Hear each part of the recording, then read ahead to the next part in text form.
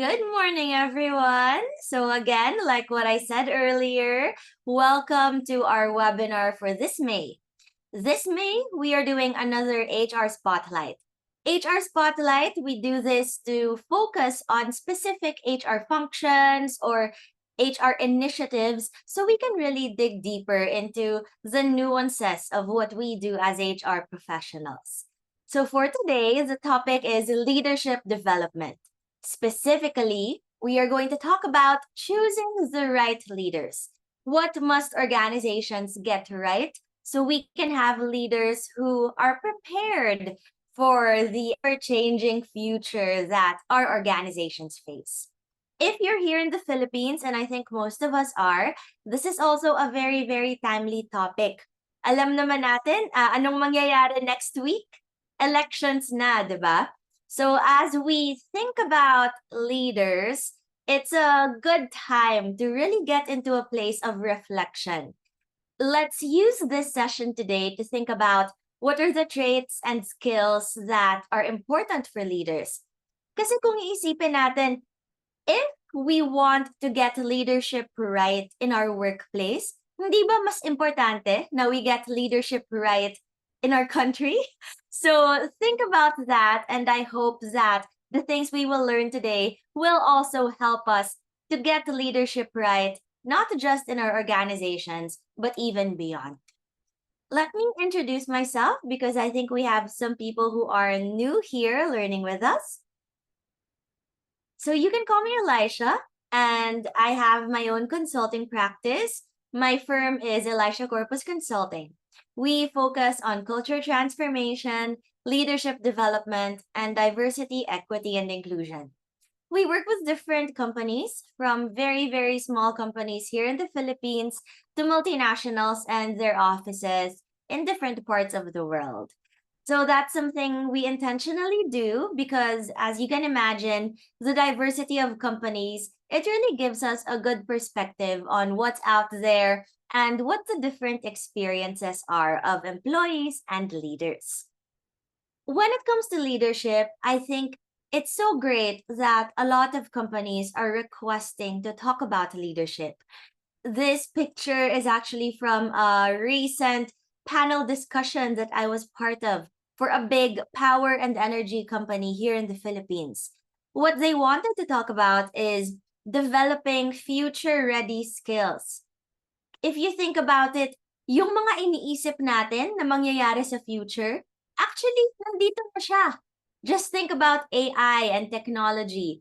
The advances that we thought would only happen in the future, we're actually enjoying some of it now. So kailangan ang mga leaders natin kaya sumabay. And hindi lang sumabay, but our leaders should have the skills to be able to try to steer their companies in a way that will let them thrive in the future. So I'm really excited to talk with all of you about that today. Importante na pag-usapan ng leadership. So let's go ahead and everyone, let us dig right in. Type in the chat one word or one phrase. What gets a person promoted to a leadership role? Sa experience nyo or sa observations nyo, actually, mga bagay, mga criteria na ginagamit para i-promote ang isang tao. Or paano po-promote ang isang tao? Anong meron siya? Magaling ba siya? Saan siya magaling? Maganda, gwapo, matalino. Ano yung traits na nakikita nyo? Whether it's right or wrong based on your opinion, okay? So, of course, there are also a lot of biases, unconscious biases out there. So, feel free to also talk about what are some of those traits that may be coming from some unconscious biases. Yeah. So lots of times we promote people who are good performers. They are consistent in their contributions. They are diligent, mga hardworking, di ba? Yeah, magaling mag-build ng relationships with others. So we can see that a lot of people here in the chat actually talk about competence. They talk about performance. So you're not wrong because most of the time, that's what people use to promote leaders. Also, we have things like good performer, good communication, people skills, good attitude. Pero kung isipin natin, mahirap i-define ang good attitude, di ba? Because it could be more subjective depending on a person's context, a person's experience. Good communication will also have different standards. Maybe for some, magaling magsalita yung isang tao, pero para sa iba, hindi nila gusto yung style na yon. So, we use a lot of criteria when it comes to leadership that are not always well defined. The thing is, because the criteria is not well defined, we don't always use the right criteria. Kasi nga, paano malalaman kung ano yung right criteria if subjective nga siya at hindi siya well defined? That's what makes leadership quite difficult for organizations and even society as a whole. We have a lot of research, a lot of studies about it, but at the end of the day, leadership can be a very subjective thing. That's why it pays to study it. Kahit na mahirap siya i-define, kahit na mahirap maghanap ng criteria, kailangan pinapag-usapan pa rin natin siya in our organizations. Bakit? Because leadership can be very, very hard. According to this study by the Corporate Executive Board, actually 60% of new managers, they fail within their first 2 years. So imagine nyo yun. Ang nakikita nila is globally, 60% ng mga bagong leaders, they don't actually do well in their first 2 years. What does that tell us? That tells us that leadership is very, very hard. Subjective na nga siya in terms of criteria, mahirap pa gawin yung responsibilities and tasks assigned to a leader. Given all of this, it just makes it even more important to learn about leadership development. Kailangan mas sinusuri natin, mas inaaral. Kasi nga, mahirap siya. Pero napaka-importante nung task nila. That's why we are here today, everyone. Because in this webinar, we want to discuss the following. Number 1, what should organizations look for when choosing future leaders? We said that the criteria can be very subjective. But tingnan natin, based on the recent trends and research, ano ba yung mga nare-recommend na tinitingnan nating skills and traits for future leaders? We can use these recommendations as guidelines for our own selection, for our own criteria. Number 2, what we want to do today is to discuss how can businesses develop leaders who are both skilled and values-driven.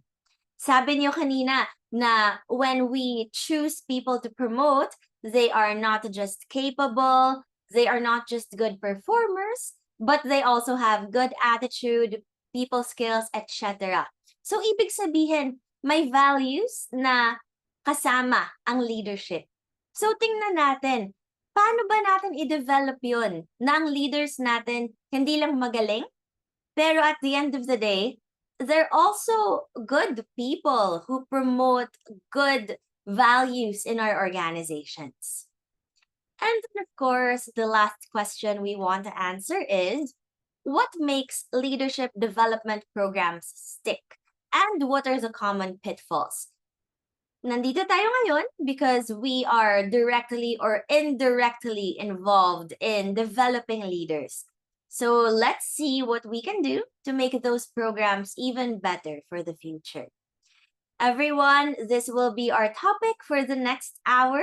So let's go ahead and simulan na natin siya with looking at our first objective, which is what should organizations look for when choosing leaders?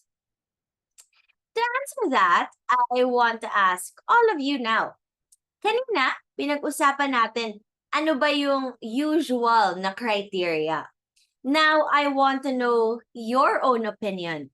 If you had to promote someone in your organization tomorrow, what qualifications, traits, or skills would you look for? Ano yung importante para sa'yo? So go ahead and type it in the chat, everyone. Anong importante na qualifications, traits, or skills for you? And feel free to be as specific as you can. All right, so I see an answer in the chat. Technical competence, for sure. People management, if magiging people manager sila. Consistency, high level of integrity. Not just competent, heart for his people, has vision, good character, a decent person, has ability to solve problems, resilient, mild-mannered, good decision-making skills, purpose-driven. All right, so a lot of these are very, very good traits and skills, right? The thing is, ang sabi ng research, most of the time, managers and HR professionals actually end up preferring performance over potential. Kapag busy na tayo, kapag marami tayong ginagawa, and that's the reality for everyone, we tend to defer to performance as the criteria.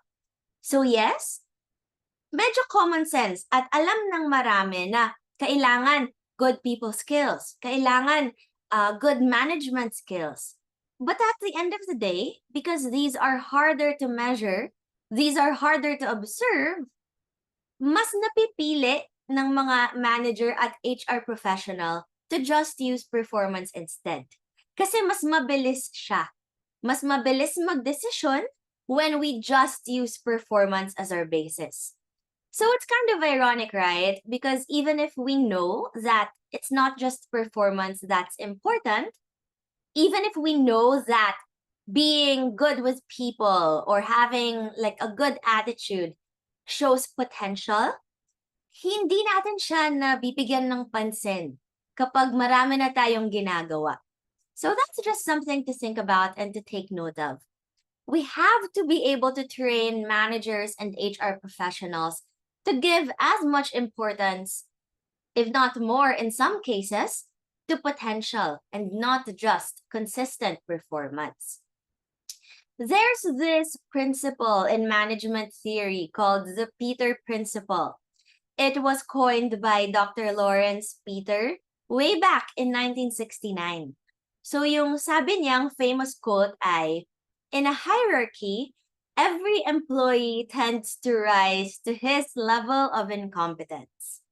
What he means by this is employees tend to be promoted based on their current performance rather than their ability to perform higher level responsibilities or roles. Ibig sabihin, mas nasa-stuck tayo tingnan kung gaano ka kagaling, kung nasan ka na ngayon, versus kung anong pwede mong dalhin na strengths dun sa bagong higher level role. If we look into the Peter Principle, this tells us that over time, you're going to have employees in an organization who are incompetent for the role that they're in because they were promoted for their previous roles. Sabi ni Dr. Lawrence Peter, what that creates in an organization would be reduced productivity kasi nga mas naninibago ka or minsan hindi ka talaga fit, incompetent ka for that next role. Number 2, it could lead to poor leadership as well. Usually, we promote people to leadership positions who don't really want to be leaders or maybe are not fit to be leaders. And we don't give them a different path to become expert individual contributors. So then we end up with organizations with people who are actually good performers, but not fit to be leaders. And then number 3, it could lead to stagnation and bureaucracy. As you get more and more people in leadership positions who are actually not the best fit, it creates a lot of tension in the organization that could make the bureaucracy harder to work in.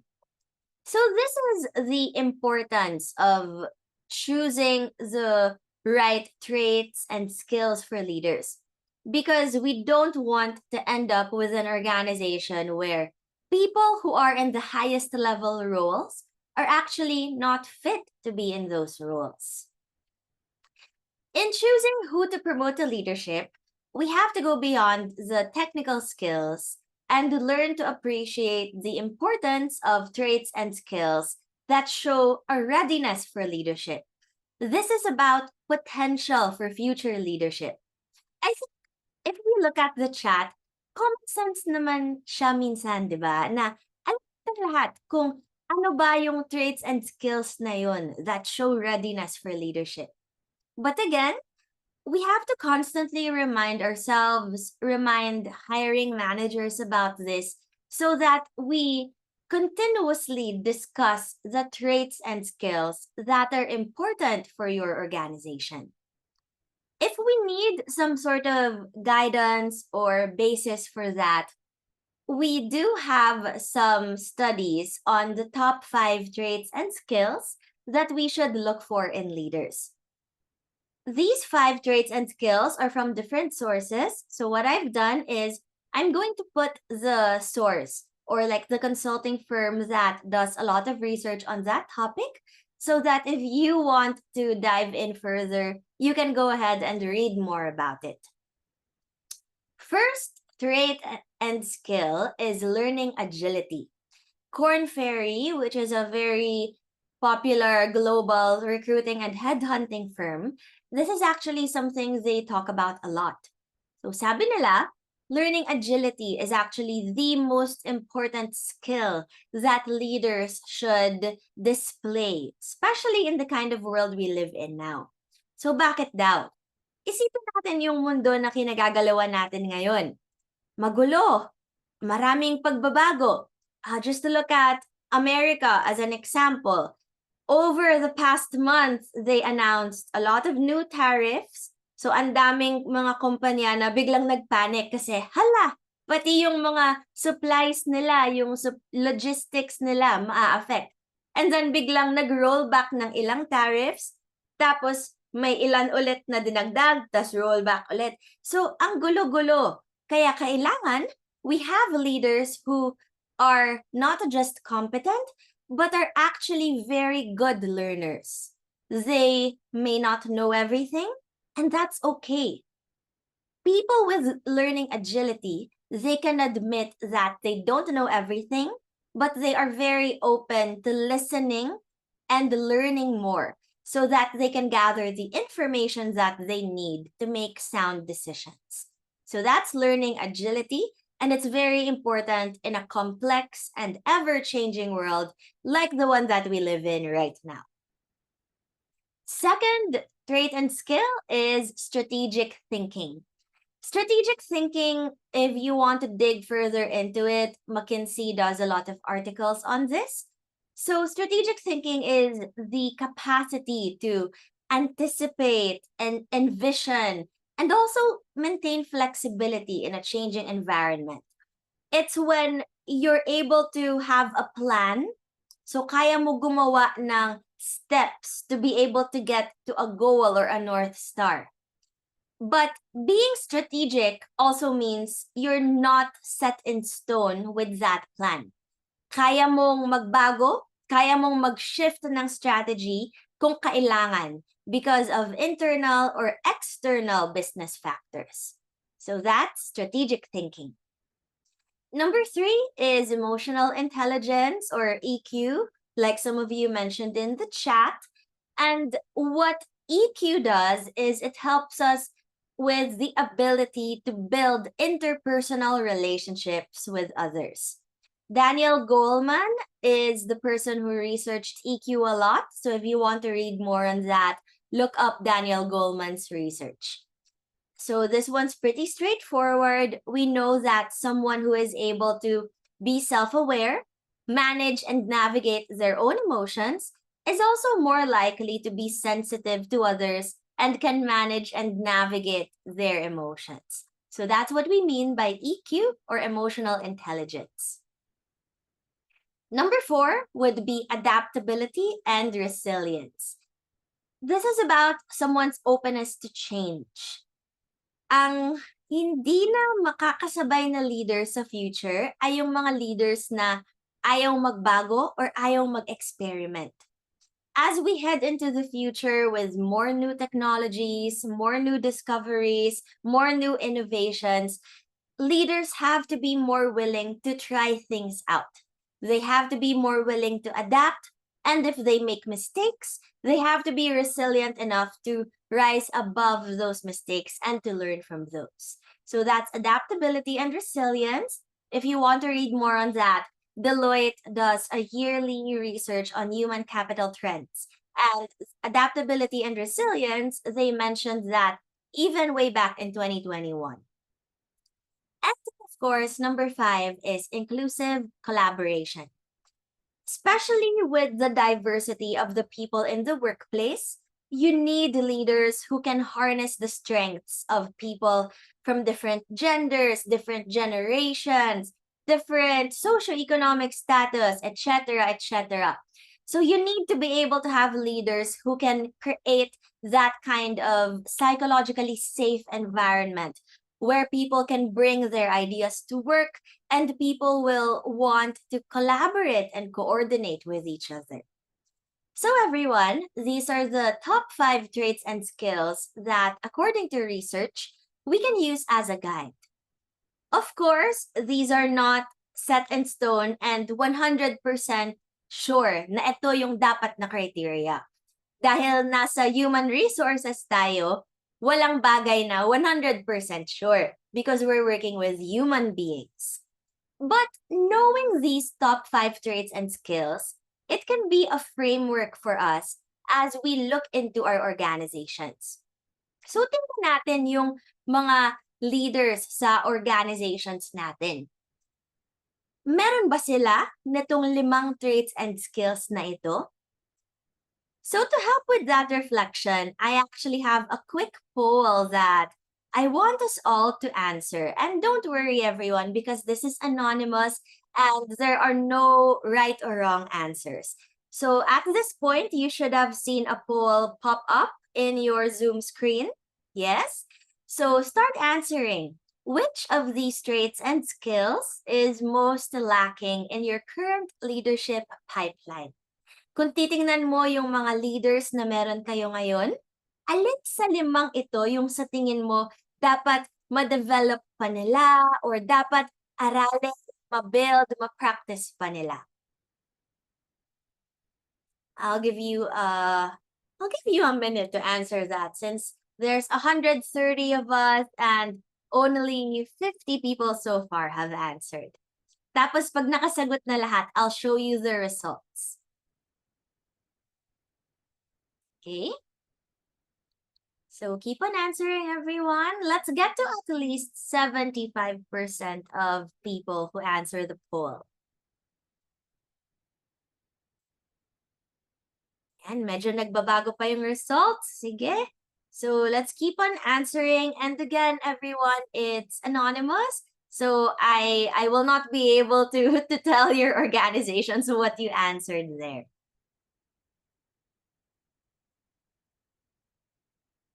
Okay, sige. I'm going to end the poll now. I think we have a pretty good number. I'm sharing the results right now, so you should also see it on your screens. So according to us here, it seems like emotional intelligence is something that a lot of your leaders still need to build. Top 2 is strategic thinking, and then adaptability, inclusive collaboration, and then learning agility. So yan yung isa sa mga paraan na pwede natin gamitin tong research na to.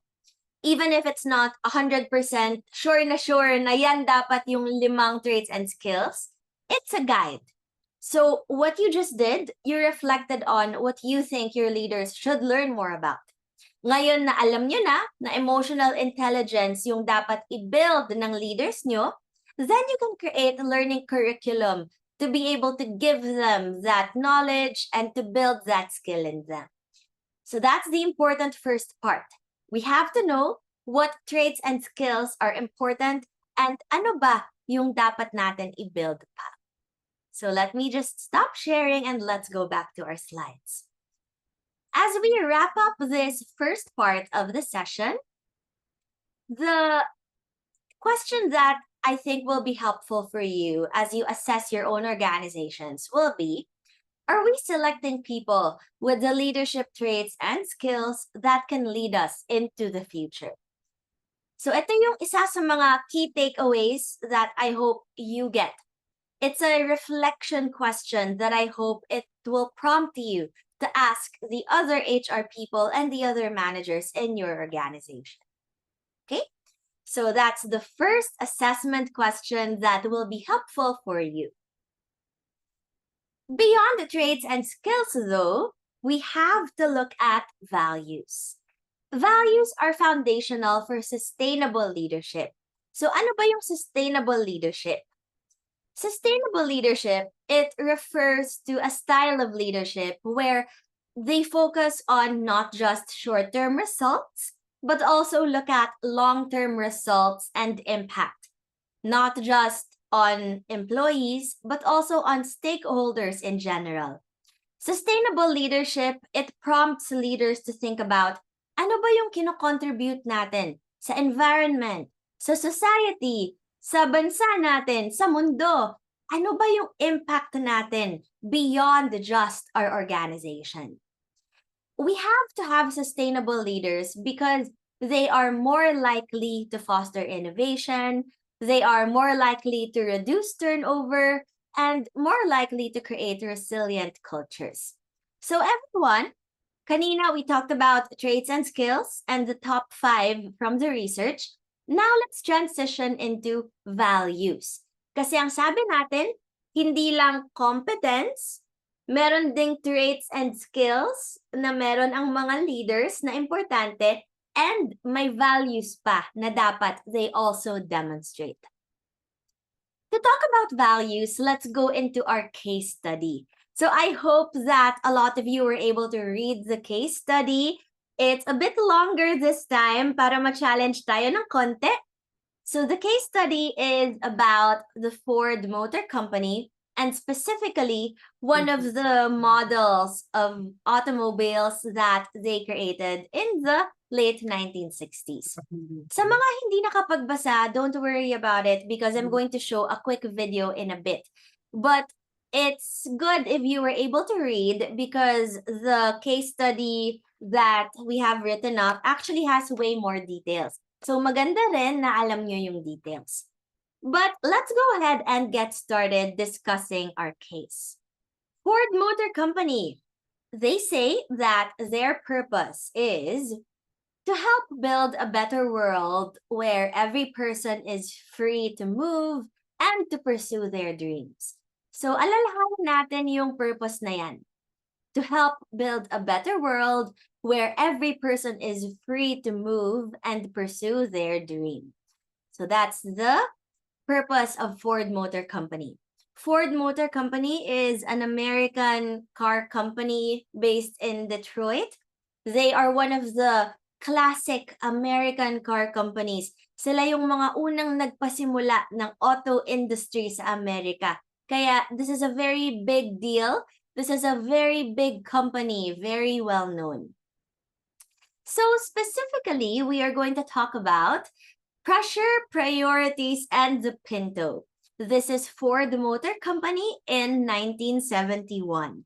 So balik muna tayo in the 1971 era and let's learn more about what the story is behind the Pinto. Everyone, there's a video that I'm going to play after this slide. I need to know first that you're ready to listen. So give me a thumbs up or any reaction button kapag ready na kayo makinig. All right. So after ng video, tatanungin ko kayo ano yung impressions nyo about the president. That's going to be mentioned in the video, okay? So makikinig tayo and this will be an active listening activity.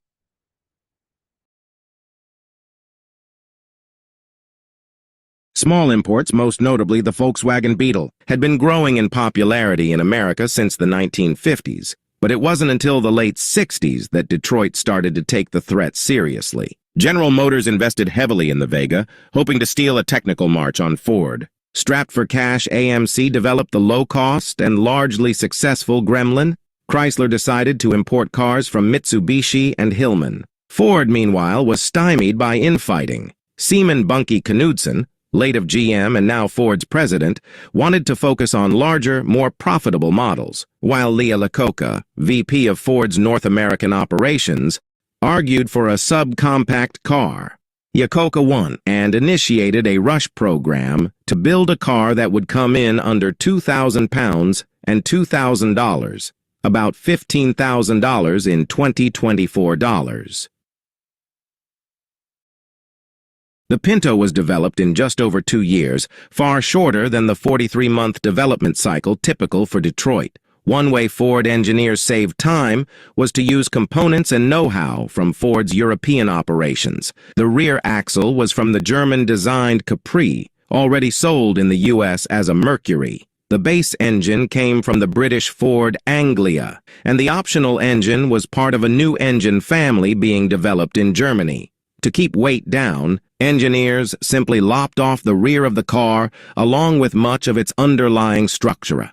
Traditionally, engineering is completed before tooling for a new vehicle is created, but as part of the Pinto's crash schedule, tooling and engineering took place simultaneously, which made changes difficult and expensive. Iacocca was famously inflexible on anything that might delay the program.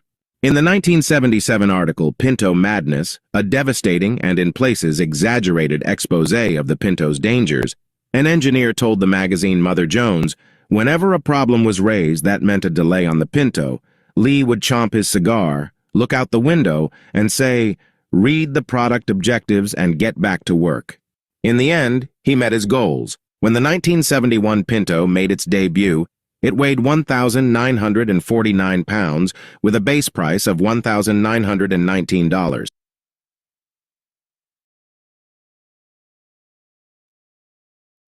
Okay, so that was the quick intro on the Pinto and how it was developed. So everyone, I'd love to know, what are your impressions of President Lee Iacocca based on the case study? Type in the chat, or actually, it'll be nice if we can hear from you. So baka merong gustong mag-unmute and share with us ano yung mga first impressions niyo tungkol dun sa president. And based on what you heard and based on what you saw from the case study. All right? So sa chat, sabi ni Jamie Lou, experimental siya. All right. Mas profit than safety, highly aggressive. Maybe we can hear from some of you that already typed in the chat. So I don't know, Jamie Lou, would you be all right to unmute and maybe let us know what made you say that President Lee Iacocca was very experimental? I just think that maybe he was thinking of many things at the same time, looking at the skills of his own team and the profit of the company would be getting if they will be able to accomplish this project. Right. Yeah, thank you so much, Jamie Lou. So, meron naman siyang, 'di ba, willingness to take risks, meron siyang innovation kasi may vision siya for the company and he went for it. He went for that vision, creating clear goals. Some of you said na it sounds like he's giving more importance to profit than safety. So maybe Flor de Lis, baka if you're okay to unmute, can you tell us more about what gave you that impression? Hi, good morning. Morning. Yes, I see Lakuka as he's more up up to the profit rather than the safety of the consumer, and he doesn't want to accept opinions from his subordinates and other colleagues. Right, right. So, thank you so much for that. Meron siyang, masyado siyang focused dun sa experiment that they wanted to create. And may times na hindi na siya nakikinig sa opinions ng iba. So, great. Thank you so much for that. How about, is this Mileth? And Mileth, maybe you can tell us more about why you think he had a highly aggressive approach.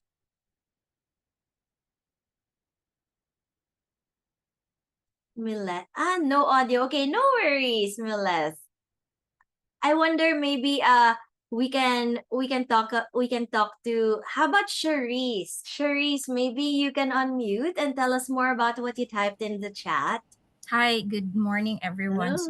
Hello. I think initially his intention was good for the company, given that the competition that time was really very tight. So, the initial intention was good, so that um, more customers would really be into Ford other than the other car dealerships. However, um, there were times where the experts, meaning the people who are actually the ones doing the car, raised safety issues and whatever it is.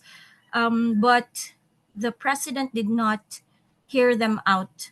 That's why, because he said that it's more costly and it would, you know, take a lot of time. So actually, that's the reason why I think it was the reason why the Pinto was not. It sorry, it was the downfall of the Pinto because he did not listen to the experts. He is an expert himself as a president, but as to the people doing the cars, they are the ones who are the actual experts of it. So he did not listen to them. So that's why it resulted to the downfall of Pinto. Right, right. Thank you so much, Charisse, for that explanation. Because I think Charisse brought up a lot of good points from the case, right? Because yes, being able to get Ford to a point where they can go with the competition. If you imagine, put yourself in the shoes of the president at the time, di ba? Ang sumisikat na mga kotse, maliliit. Mga kotse nila, SUV, lalaki. So, hindi siya masyadong cost efficient. And mas binibili ng mga tao yung maliliit na mga kotse. So, they were under this pressure. And probably that's where the president came from. The president really wanted to make sure that Ford is a player in this new market of smaller subcompact cars. Pero, gaya nung sabi ni Charisse, yung ganong goal-orientedness, hindi siya na-balance with listening to the experts who are actually knowledgeable about safety, about engineering. There were even, I don't know if you also in the case, but diba may times daw na kapag ka nasa meeting sila, ang lagi lang inuulit-ulit ni President Ayacoca is, the new Ford Pinto must weigh under 2,000 pounds and cost under $2,000. No exceptions.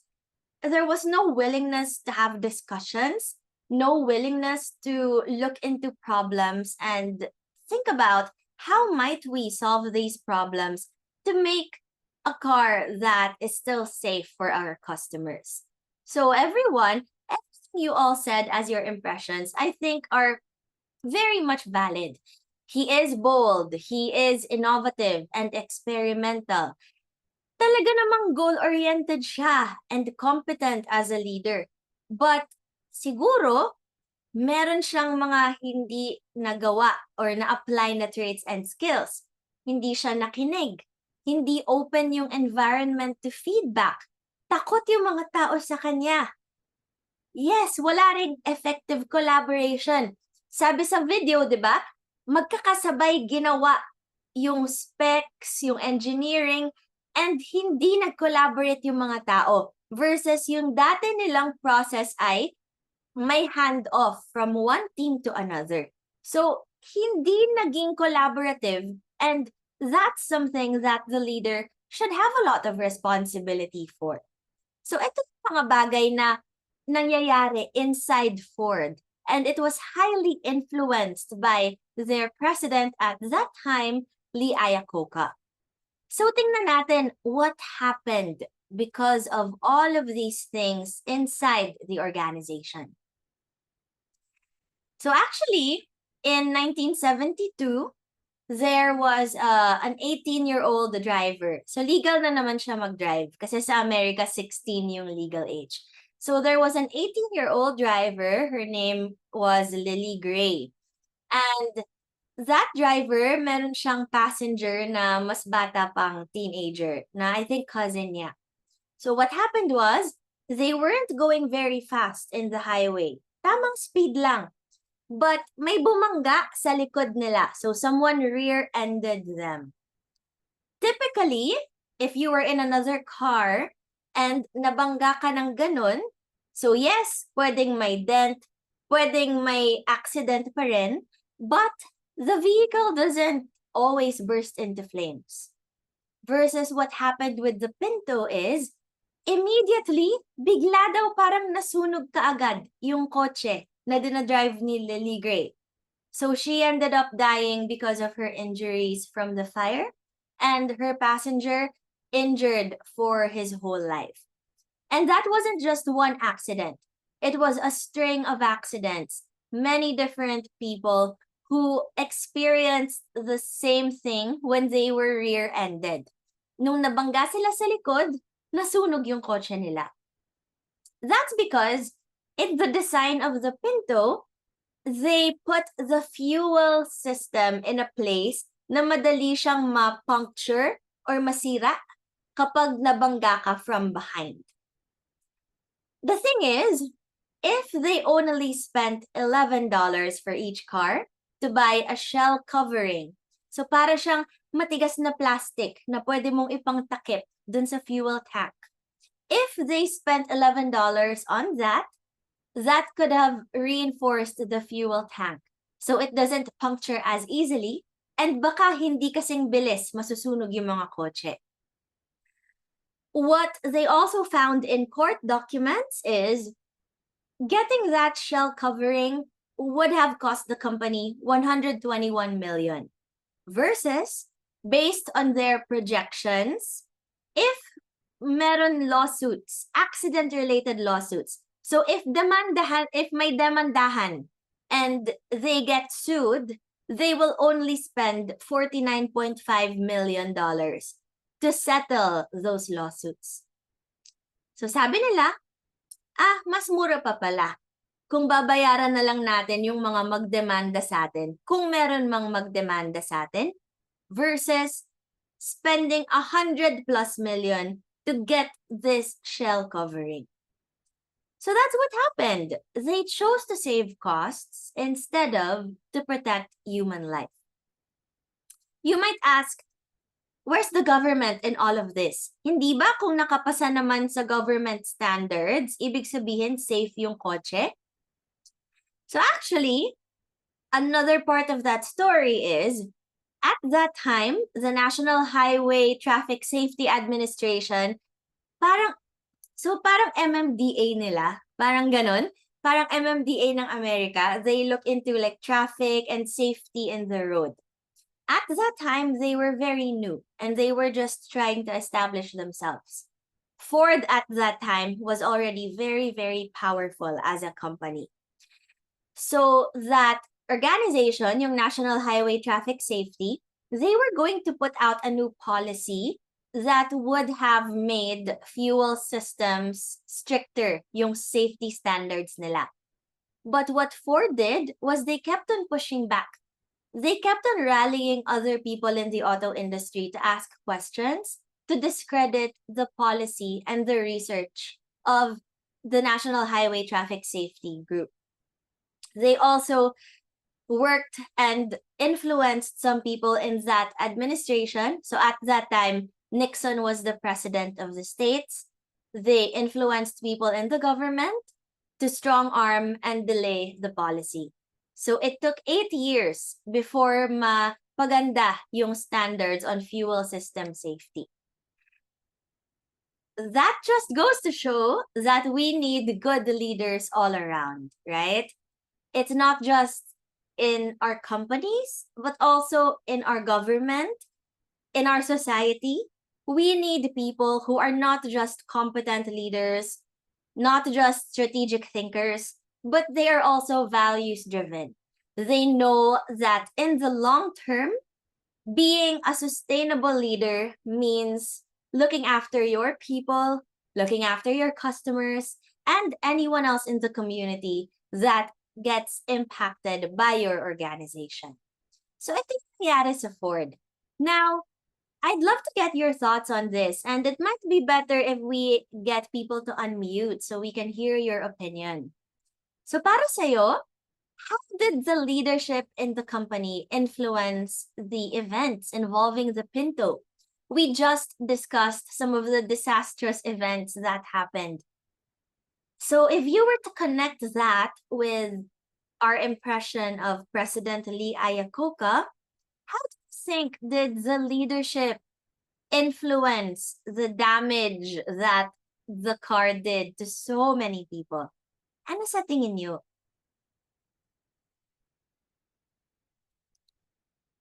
And I'll give you a few minutes to type for those who want to type. And then maybe we can get some volunteers. Would anyone want to unmute? And maybe we can hear from you about your opinion. Anong influence ng leadership ni Lee Iacocca dun sa mga disaster na nangyari?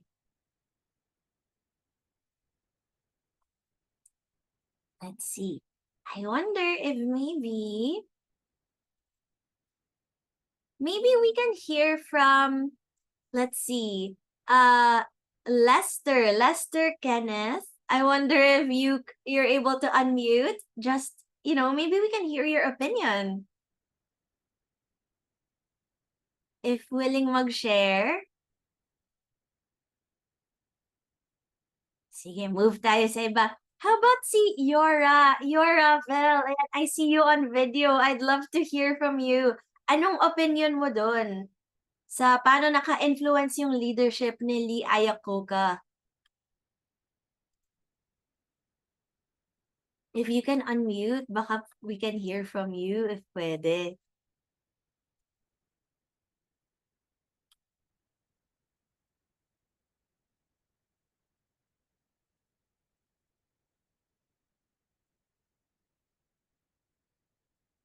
Ay, audio not available. Oh, sige. How about for the others? You can, sige, type in the chat. Maybe you want some time to think about it first. So everyone, let's type in the chat. In your opinion, how did the leadership in the company influence the events involving the Pinto? So I'll give you a few, maybe a minute to type in the chat.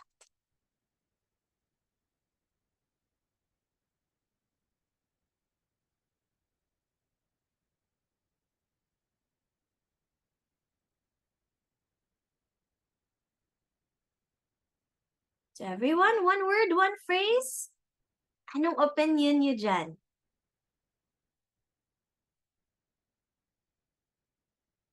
How about, and so poor strategies as a leader may have influenced the employees to not perform well. Very true. Also, sabi ni Flor, they considered the victims as collateral damage. Yup. Diba, they did a cost-benefit analysis and they realized, mas okay lang palang bayaran na lang, mag-settle ng lawsuits. I wonder maybe, Ivy, if you can unmute, baka you can talk more about what you typed in the chat. We'd love to hear from you. Hi ma'am, good morning Hello. po. Yeah. So as mentioned po kanina, so they preferred to settle those obligations financially rather than focusing on the uh, redesigning their cars into a more safety compliant one. So they prefer profit, ma'am, over the human lives. So that was the culture that they have led or they have instilled siguro po. Yeah, yeah. Thank you so much, Ivy. Siguro somewhere along the way they lost sight of what was important, right? When when they started their cars, when this company started building their cars, they were actually one of the safest that produced automobiles. Kaya sila sumikat because they made safe cars and fast cars. Kaya mas mura. So, medyo nawala sila ng landas if you think about it that way when they prioritized the financial outcome over the human lives. How about Hannah? Hannah Minda, maybe we can hear from you as well because I like what you said here in the chat.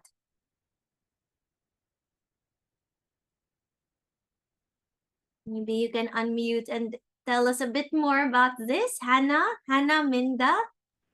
Hello po. Hello. Good morning. Can I speak in Tagalog po? Oo naman. Okay. Ayan po, I think yun nga po, yung sabi niyo kanina, they lost yung goal nila kasi 'di ba, isa po sila sa safest. And then yung sa pursuit nila ng mas malaking profit, nawala sila dun sa purpose nila.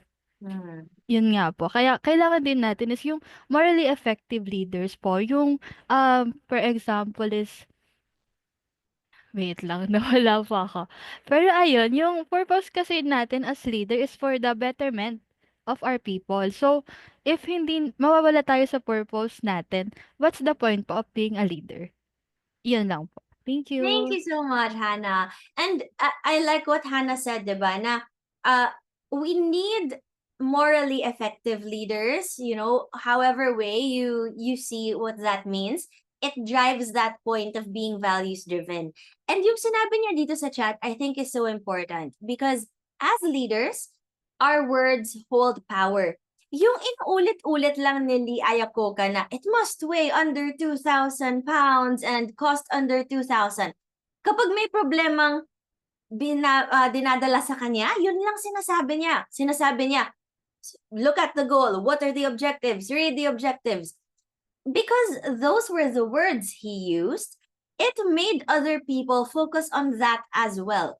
Natakot sila to bring up things that may be different from his words that he used. So I think that's a very important thing to note as well. The way we behave, the things we say, we might think that, oh, I am open to opinion. Pero kung yung actions naman natin hindi aligned dun, other people are going to be afraid to tell us their opinions and they're going to be afraid to give suggestions or feedback. And tama, di ba, yung sinabi dito sa chat, if he had been open to suggestions, if they created an environment where people could experiment, try things, see what could be a safer way, talk to each other, then they could have avoided the issue. Hindi naman ibig sabihin na kapag nag-collaborate, babagal lahat eh. Minsan nga, pag nag-collaborate, if you do it in the right way and you create good conditions for collaboration, mapapabilis pa and mapapaganda pa yung product or yung service.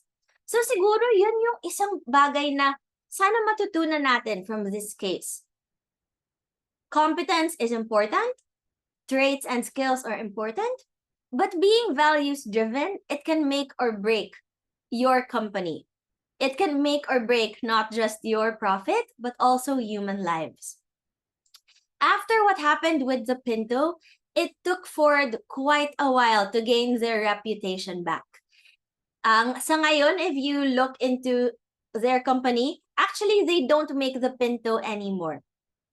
They stopped production of the Pinto because a few years after lumabas yung mga ganitong accidents, bumaba yung sales nila to a point na super lugi na if they continue producing it.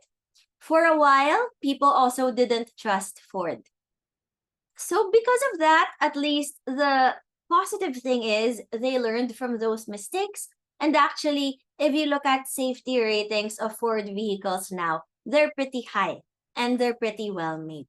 So siguro yun naman yung pwede nating makita na natuto sila from that mistake. But at the same time, sana hindi nangyari yung mga ganong mistakes. Kasi we call it mistakes, but people lost lives, people lost family members.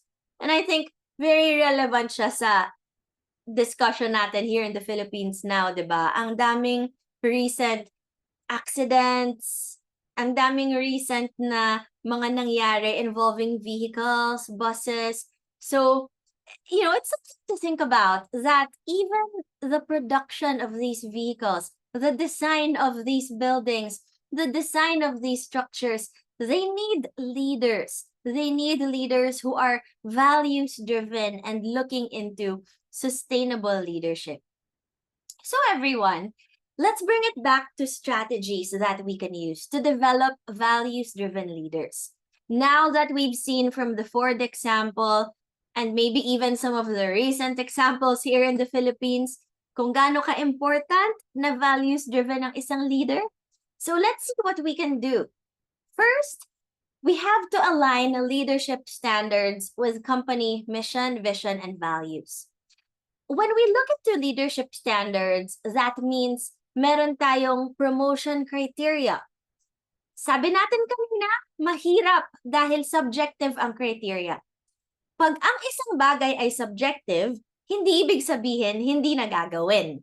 Ang ibig sabihin lang, kailangan pag-usapan siya so that a group of people can get to an agreement of what fits for the organization. So you have to be able to talk in your organization. Ano nga ba ang criteria na dapat natin gamitin to promote people into leadership? Ano nga ba ang criteria na dapat natin gamitin to rate our leaders so we know who's being a good leader or who's being a bad leader and needs some development? So dapat pinapag-usapan natin sa mga companies natin, ano ba yung standards natin of leadership? And going beyond that, these standards should be aligned with what the company is trying to do, what the company wants to achieve, and the values or the way that the company wants to behave. We can use assessments. There's an assessment called a 360 assessment. What this does is, kumukuha ka ng feedback from everyone around the leader. Kaya siya 360 kasi paikot. So kukuhanan mo ng feedback yung boss ng leader, yung mga tao ng leader, even yung mga clients and suppliers na kausap ng leader. Getting these kinds of feedback, like a 360 assessment, it'll be good because it allows you to gather insights on how these people are, how they interact with others, and how they make decisions, if they are values-driven or not. Provide mentorship and coaching. So kailangan kahit napakataas na nilang leader, sana meron pa silang mentor na matututunan. A mentor doesn't have to be someone older than you or higher up than you.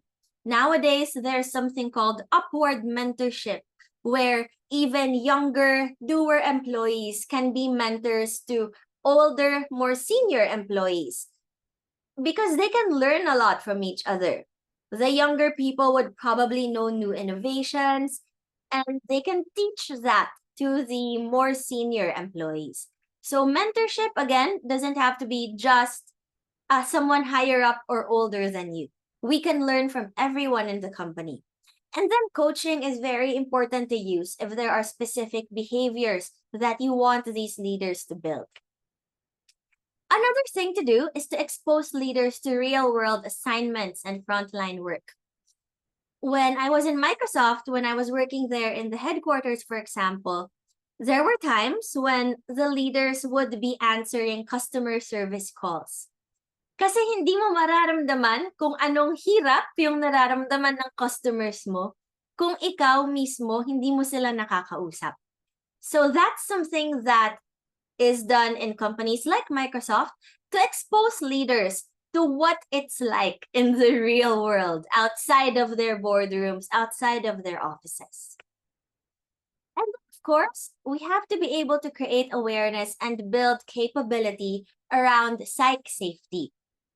Leaders have to understand what psychological safety is and what behaviors will help to cultivate that in their organizations. So these are some of the tangible things that we can do to encourage values-driven leadership in our organizations. Again, to summarize that whole portion, our assessment question could be, are our organizational values reflected in the leaders that we choose to follow? Tingnan natin, ang mga values ba na importante para sa companies natin? Nade-demonstrate ba yon? Namomodel ba yon ng leaders natin? If we say that integrity is important for your company, accountability, responsibility, malasakit, do your leaders show integrity, accountability, malasakit? So these are things we have to be able to think about and discuss with the people in our organizations. Now we start getting into the last part of looking at leadership development programs. Syempre, bilang nasa HR and management, most of us here, we have to think about how to institutionalize values-driven leadership.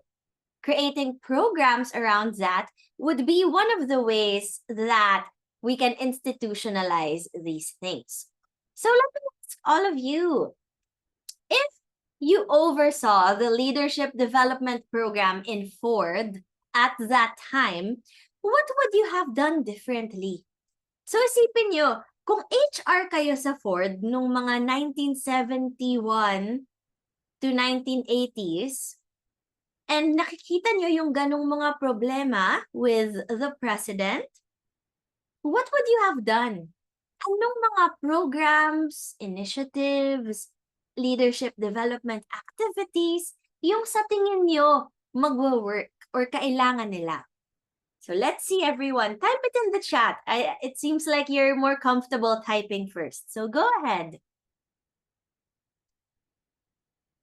I'll give you a minute to do that.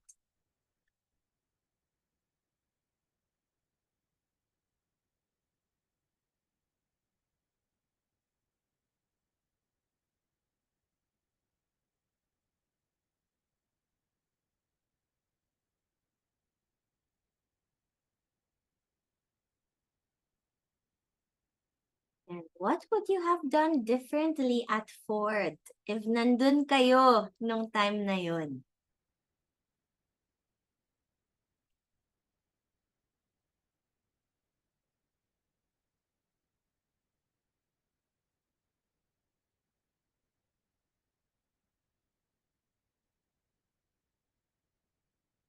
Right? One word or one phrase in the chat.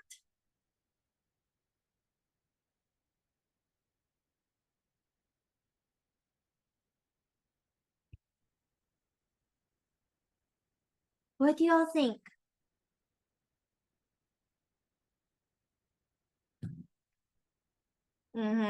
Yeah, should have engaged more people during the planning stage. So siguro dapat naturuan natin sila ng collaboration techniques. Siguro dapat na we forced them to be in a strategic planning session with each other to discuss the future of the Pinto, di ba? Pwede rin yun. Maybe we could have allowed experts to present bright ideas. Exactly. There are some companies, meron silang like Friday fun activities where they have these like mini conferences and anyone with a great new idea can present it. So baka pwede yun. Encourage listening to experts, creation of standards and process flows. Yeah, heed the suggestion of safety engineers. Yeah, maybe also getting feedback through like an open letter, diba? Or getting feedback through surveys, maybe. Exactly. Pwede rin. Simple team building. Baka it could help kickstart their working with each other. Yeah, benchmarking, showing how other companies do it. Diba? Nagagawa naman ng Toyota at that time. Nagagawa naman siya ng Volkswagen at that time. Sa Europe, maliliit ang mga kotse. So, paano nila nagagawa safely? So baka dapat nag-benchmark tayo, learn from other leaders. So these are all great things. If we think about it, there are so many considerations in creating a leadership development program. All of you gave really great suggestions, and lahat yan pwedeng i-integrate. Pero wala tayong infinite time and budget. Ang laging dahilan, di ba, is hindi makapag-training kasi paano mo ipo-pull out sa line? Paano mo ipo-pull out sa duty? Yung mga leaders, yung mga supervisor na kailangan. So, lagi namang meron tayong time constraints. Laging may budget constraints. So, how can we create leadership development programs that are high impact? There are many considerations in creating a leadership development program that a lot of people will be able to benefit from. And it's very important that we're smart about this. Sa US pa lang, they spend nearly $14 billion annually on leadership development. US number pa lang yan. It's not even a global computation yet. The thing is, only 7% of managers say that leadership development is effective. Diba? So, paano tayo gagawa ng effective leadership development programs? Here are some strategies to think of. Number 1, clarify the goals of the program. We have to be very clear. What is the desired change? What is the desired new behaviors that we want people to learn?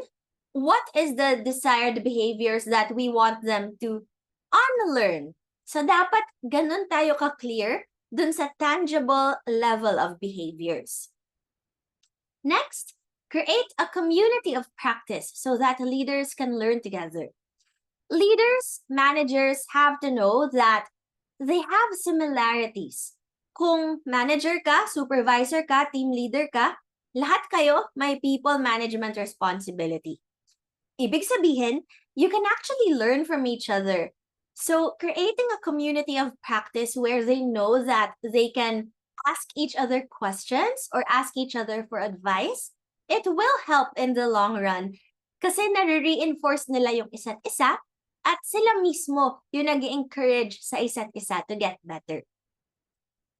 Set metrics to measure changes in your organizations. If you have annual surveys, culture survey, climate survey, whatever you call it, if meron kayong mga ganong surveys, look at the results. Dapat, kung gumagaling ang leaders mo mag-manage, gumaganda rin yung results year over year. So think about what metrics will you track that will make sense for your leadership development goals, and then make sure to track those changes year over year. Celebrate small wins. If you notice leaders who are trying very hard to practice new behaviors, recognize them for that. Show them that they are valued for trying. Celebrate that they practiced, even if it's not perfect. Kapag ginawa natin to, makikita ng ibang leaders na, ganun pala dapat. Yan pala ang example ng ganyang behavior. So more likely, others may try to do it as well. And then last, invite employees to create the same language and expectations within the organization. Ideally, ang mga tinuturo natin sa leaders, it won't just stay with leaders. It's also good if employees know that language. So for example, if we teach leaders about feedback giving, effective feedback giving, or coaching structures, coaching models, it will be good if we also teach that to employees. Para pag nag-usap sila ng leaders nila, they use the same framework, they have the same language, and may guide sila to make their conversation even more impactful. So usually when we do leadership development programs with our clients and there are specific skills that we teach, ang second phase nun ay sa employees naman siya tinuturo. Para after nun, pwede na sila mag-usap using that common language. So these are just some of the strategies that we can use to enhance our leadership development programs. Our assessment question to wrap up this part is, do we have a leadership development program that goes beyond individual development and considers an organization-wide perspective? When we develop leaders, hindi lang siya para dun sa specific na person na yun. We have to take into account what will be impactful for the wider system. What will be impactful for the team, department, for the organization as a whole. So with that, everyone, that is actually it for our webinar on choosing the right leaders. We had 3 parts and 3 different assessment questions that we can ask ourselves and our organizations as we choose the right leaders. So mag-review lang tayo, balikan natin. Our first question that we wanted to answer today is, what should organizations look for when choosing future leaders? We have the top 5 traits and skills according to research. But sabi natin again, hindi naman yun 100% na yun lang yung kailangan. It depends on your organization's context. But these top 5 traits and skills, they are guidelines for you to kickstart using that as a criteria for your company. So we did that. Number 2, we said that we wanted to find out how can businesses develop leaders who are both skilled and values-driven. Today, we discussed the story of the Ford Pinto. Nakita naman natin na kapag hindi values-driven ang leaders ng isang kumpanya, that trickles down to the whole company and you end up creating products that may not be valuable for your customers. It may also be harmful even to them. So meron tayong strategies that we talked about, like aligning behaviors with our mission, vision, values, and using assessments like a 360 assessment to get feedback from everyone that leaders interact with. And then the last thing we said we wanted to do today, we wanted to answer what makes leadership development programs stick and ano yung common pitfalls or mistakes. So sabi natin, isa sa common mistakes ay dahil madaming pwedeng gawin, we tend to get bogged down. So kailangan we focus on what are the things that we can do to really clarify the goals of our leadership development programs. We also discussed strategies like creating a community of practice para sila mismo ang mag-share ng learnings with each other. We also talked about how it's important to involve employees so that they too will have the same language, the same frameworks, same guidance. So these are the 3 things that we talked about today, everyone. Give yourselves a round of applause for really participating and thinking through the case. So virtual round of applause, everyone, for finishing up our goals for our very short webinar. To recap, when choosing the right leaders, these are the 3 questions that could help your organizations to get it right. Sana tanungin natin, are we selecting people with the leadership traits and skills that can lead us into the future? Ang pinipili ba nating leaders, whether it's in our companies or in our nation as a whole, ang pinipili ba nating leaders, may kakayahan talaga sila para patakbuhin ng maayos yung mga companies, yung bansa natin, di ba? If we apply it to a bigger perspective, like what we saw in Ford, hindi lang dapat business leaders ang may capability. Dapat pati governments meron because they work hand in hand. So really, when we think about the traits and skills of leaders, they can apply beyond just our companies. But what's in your scope of control? Right now, most of us are in HR. Maybe some of you are managers yourselves, choosing other managers. So think about those traits and skills for you. Ano ba yung importante para sa'yo? And maybe, if you choose the right people with the right traits and skills, you can contribute to creating better businesses, more ethical, more sustainable businesses, and organizations. Number 2, are our organizational values reflected in the leaders that we choose to follow? Do we reinforce the values that we say are important for us? Kung sabihin nating integrity ay mahalaga, talaga bang tinitrain natin yung leaders natin to show integrity? What are we doing to make sure that our leaders pay attention to these values? Magaling nga ang ibang leaders, pero kung wala naman sila ng values that will promote betterment of the lives of employees and stakeholders, they're not going to be effective in the long run. So values-driven leadership is also a very important aspect we should be looking at. And then the last assessment question we ask ourselves, do we have a leadership development program that goes beyond individual development and considers an organization-wide perspective? The reality of leadership is, kahit isang tao lang yan, kung leader siya, ang dami niyang maaapektuhan. So dapat, when we develop leaders, we also think about that.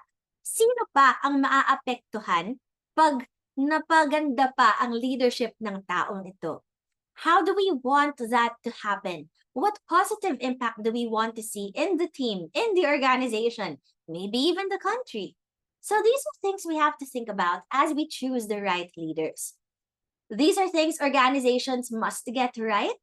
But again, very timely topic because we're also asking these questions from a bigger perspective of our country.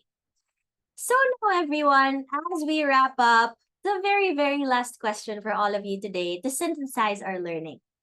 What learning will you take with you as you go about developing leaders in your organizations and beyond? Maybe it's your volunteer group, it's your barangay, it's your own communities, it's your church, it's your country, whatever that might be. So go ahead and type in the chat the one learning that you will take away with you from today. One word or one phrase, everyone.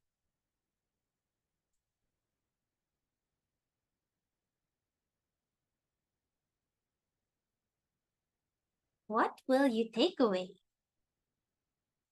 Yeah, collaboration is key, and the leaders are key in making that collaboration happen. Great. What else?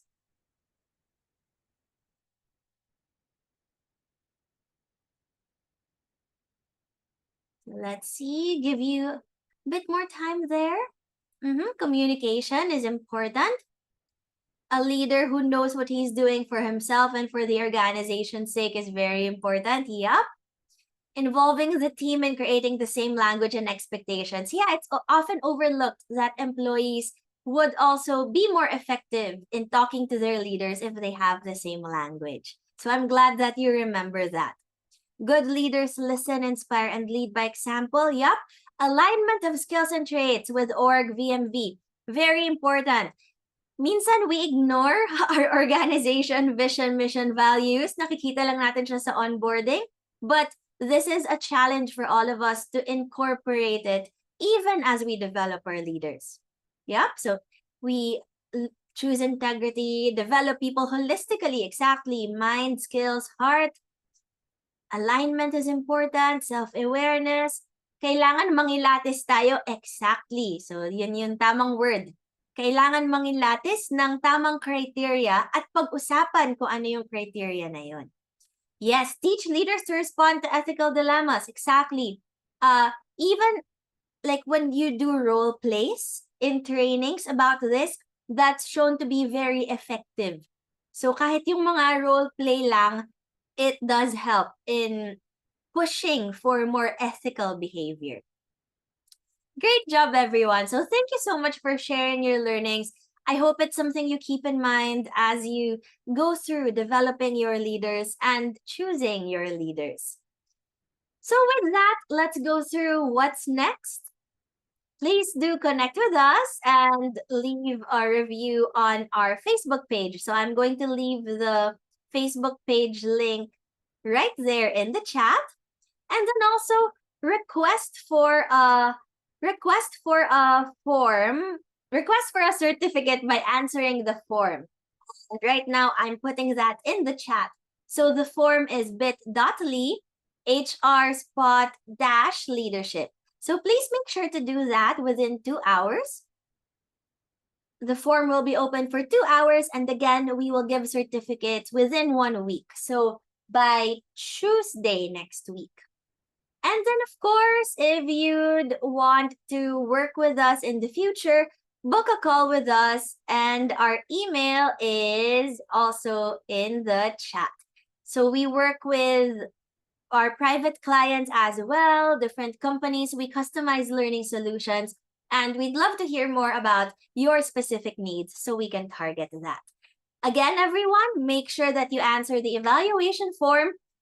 Tamang spelling ng name and emails, please. Because if you do not put your correct email, we will not have a way of sending those certificates to you. So please, please, please, double, triple check those email addresses. Make sure na tama sila. And with that, everyone, so right on time with 1 minute to spare, that is it for our session today.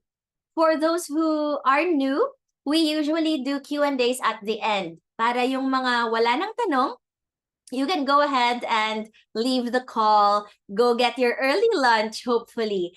And then for those with questions, feel free to stay behind, type your question in the chat, or unmute so we can hear from you. So again, everyone, that is it for our session today. I hope you learned a thing or two about choosing the right leaders. We have 3 assessment questions you can ask companies, and you can also ask yourselves as you choose leaders even outside of your organizations. If you're leaving, you don't have any more questions, goodbye and thank you so much. I'll see you in the next webinar. Don't forget to do the evaluation form. For the people with questions, now is the time. Go ahead and type it in the chat or unmute, and we'd love to answer those questions for you. All right. Thank you all so much. And goodbye to the people who are leaving already. It's nice to see you all here. Thank you.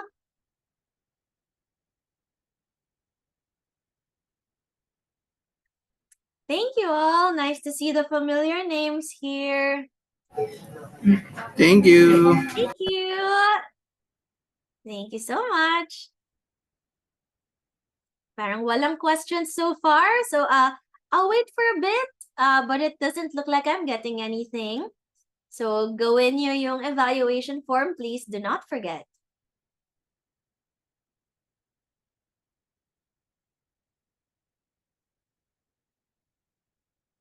Thank you all. Thank you, of course. Nice to see you again. Ayan. Many, many thanks. And yes, bye-bye. If you don't have any more questions, go ahead, answer the form, and I hope you can have an early lunch. 11:30 pa lang though, 30 minutes pa. Bye, everyone.